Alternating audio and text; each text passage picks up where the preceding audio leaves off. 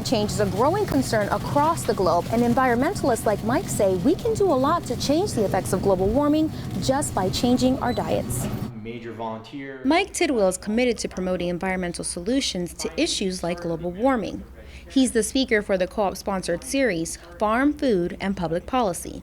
I came here to the new facility for historic Takoma because I was given the opportunity to talk about global warming and food choices. And I know a lot of people in Takoma Park support the food co-op here and the farmers market, and there's just a lot of food awareness of what is healthy food, what is not healthy food. But I think there's a gap in a lot of our knowledge, even here in Takoma Park, about the impact that certain food choices have on climate change. As the planet warms, it becomes harder to grow food. It's that simple. We get more drought, we get more extreme weather, we get less predictable weather patterns. These are all bad things for farmers. If we want to continue to have the food security that we've had in the United States for the last more than a century, we have to preserve the climate system that gave rise to that. Everyone should consider eating less meat because, one, it's easy to do. There's so many vegetarian options, and also because meat consumption really does contribute enormously to climate change. To raise livestock takes a lot of energy. It takes a lot of tractors, a lot of land, a lot of pumping of water. It's very energy intensive. And if you eat less meat or you eat no meat, then your carbon footprint is much lower. I headed to the co-op to let employees and consumers weigh in on the discussion. A vegetarian or a plant-based diet can help alleviate a lot of the problems, or especially the kinds that I was having. And so I did an experiment where I was eating regular meat diet, and then suddenly overnight I just cut out all the meat and the dairy as well. And within 3 or 6 months, my cholesterol was in half, and all the health problems and health issues I was having, they just went away. They were gone. The emphasis, though, was that not only did I just go to a vegetarian, I also cut out a lot of the processed foods, high fructose corn syrup and excess salt and things that really aren't good for us. According to one employee, our wallets are already feeling the heat. Like, since I've been here over the past 2 or 3 years, the prices of a lot of things have gone up. People come and ask me, like, why are your raspberries like $8.99? And I'm like, yeah, it's tough. The weather has caused a lot of crops, citrus crops and things like that to have to be put on hold. Things that people are used to getting, spinach, bananas, a lot of those things will, have to be kind of grown in controlled environments, if we are not careful about what we do with the environment to make sure the natural area stays viable and is able to bring forth crops. The talk is putting diet in the spotlight, all for the sake of a universal picture. I worry more about the children, like the younger people. Like, I have a son, he's like 5 years old right now, so we already see like a lot of places being flooded out, So just a lot of things have changed. I wouldn't be surprised if, DC is like Antarctica one day and Antarctica is tropical.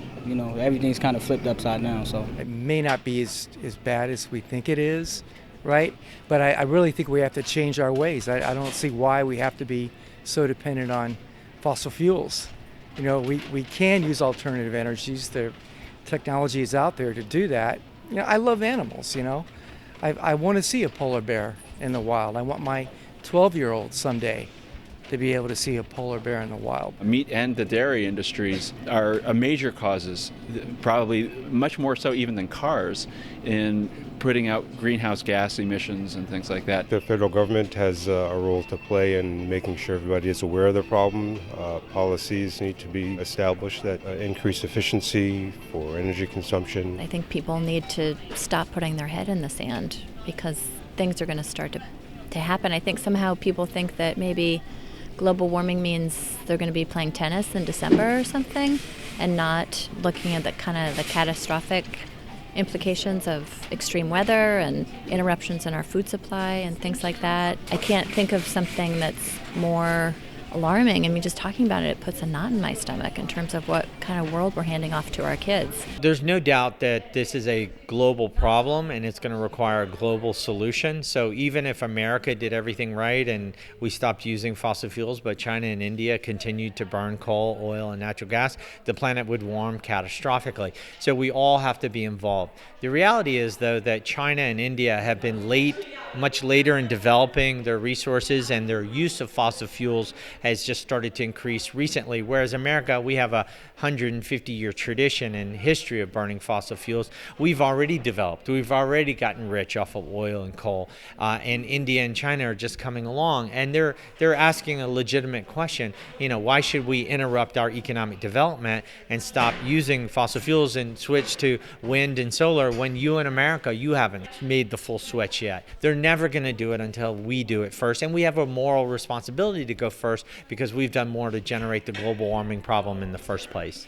And even if you're not comfortable with swapping your steak for a salad, there are still things you can do. Driving less. I bike to work as often as I can. Trying to shop locally. Learn about, growing things, learn about keeping the soil in their area and what, they can also do to, limit the effects of global warming. Because I don't think it can't be reversed, but, we just got to do our homework and really get to work.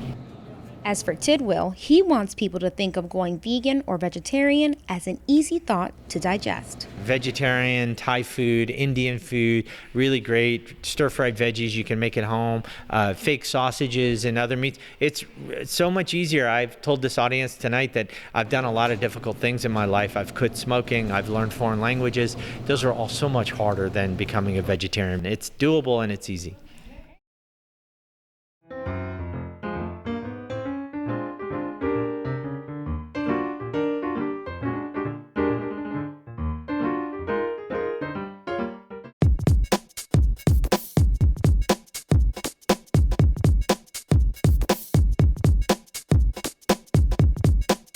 What do you think about today's event?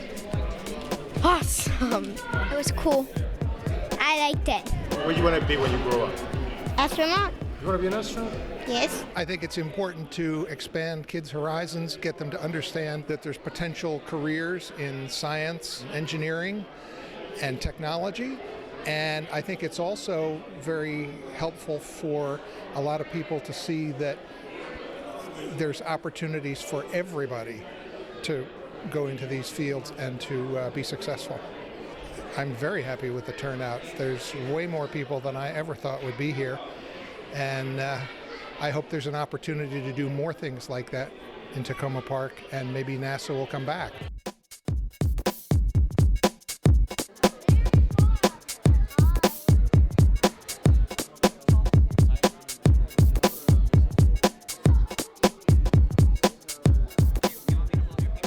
I've loved space for almost my whole life, and it's really great to be able to meet an astronaut. He has to be able to read those controls too by this mirror here, okay, because he cannot literally see his controls, so he uses this mirror in order to read his controls, so he'll know everything that's going on with that suit. It was kind of cool to see someone who's actually been to a place that most people are scared to be in. It really appeals to people of all ages, as astronomy does. You look up and you go, wow. And when you start understanding all of the parameters and all the knowledge about astronomy, it's mind-blowing. Rocky Alvey had these lyrics and some melodies started to these songs for children about astronomy, and he said he had always wanted to do a record, and I fell in love with the songs and we wrote them together. That's how the Mighty Sky got started, and it's been an incredible journey. We've been creating curriculum and educational things to go along with the music and taking it into schools and allowing the kids in the schools to come up with their own lesson plans and their own curriculum to show how they would show the song. It's been a real incredibly satisfying thing to do as an artist.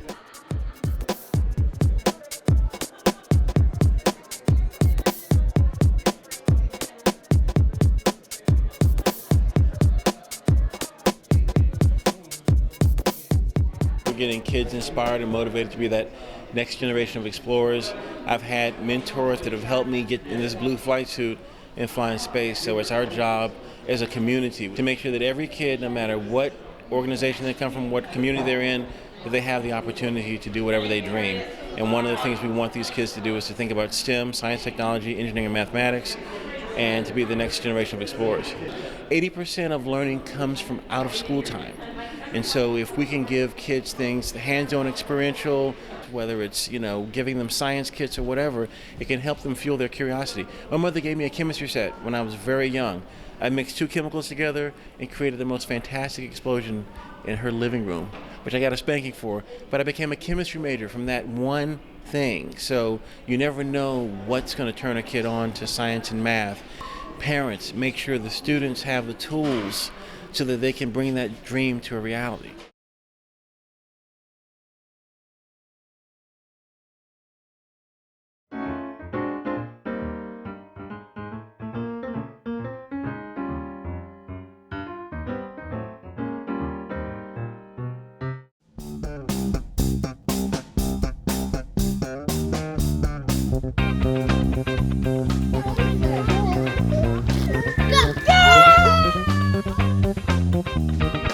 My mom and my dad both work over spring break, and they knew it would be a lot of fun for me. I like being in the spring break camp because it's really fun. We're doing a lot of fun things, and we've been on some field trips, and we're doing a lot of stuff with nature.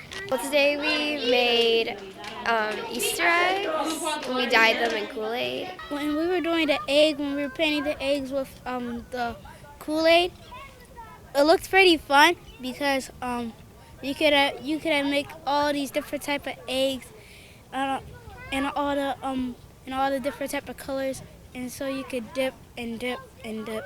Tuesday, they set up a scavenger hunt, and we had to go find certain things that they set out for us. Yeah, like birds. The teachers are really nice, and they're always trying to make people have a lot of fun. They set out a lot of activities, and I know that they work really hard. We're learning about frogs, and we've been on some scavenger hunts. We've been playing a lot of games and doing a lot of fun activities. Every day we have two speakers that come and talk to us to tell us how they had a life struggle when they was growing up and how they changed their bad habits to became a better person. They tell you like what's the main job if you want to be a cop. They tell you like they're gonna investigate. Like they ask you a lot of questions. If you go up something, they're gonna know like if you want to be a cop, they have those. On Monday we went roller skating. I enjoyed that a lot because it helped us really come together as a whole and get to know each other better. And on Tuesday we went bowling, and yesterday we went laser tagging, and today we are going to Dave & Buster's. My favorite speaker so far was the Go-Go Gospel Band guy that came in, and he was talking about how bad his life was before, and then he made a change, and it was really interesting because we got interactive and started asking questions and stuff. I never knew that cheese was made as easy as that. I thought it was made with the help of machines or something like that, and I learned how to do that. It's something I could do at home, so yeah. I get to meet new people that I didn't know, and I get to play with them. And some of the people that I know that I went to school with. I would recommend spring break camp for kids my age because it's fun and you can run around. Because some kids' parents like my age, they say they want you to run around and have fun. Because some people, they just sit around in the house all day. Spring break camp so far has been really, really fun for me. I'll say out of all the camps I've been to, this is one of the best ones I've been.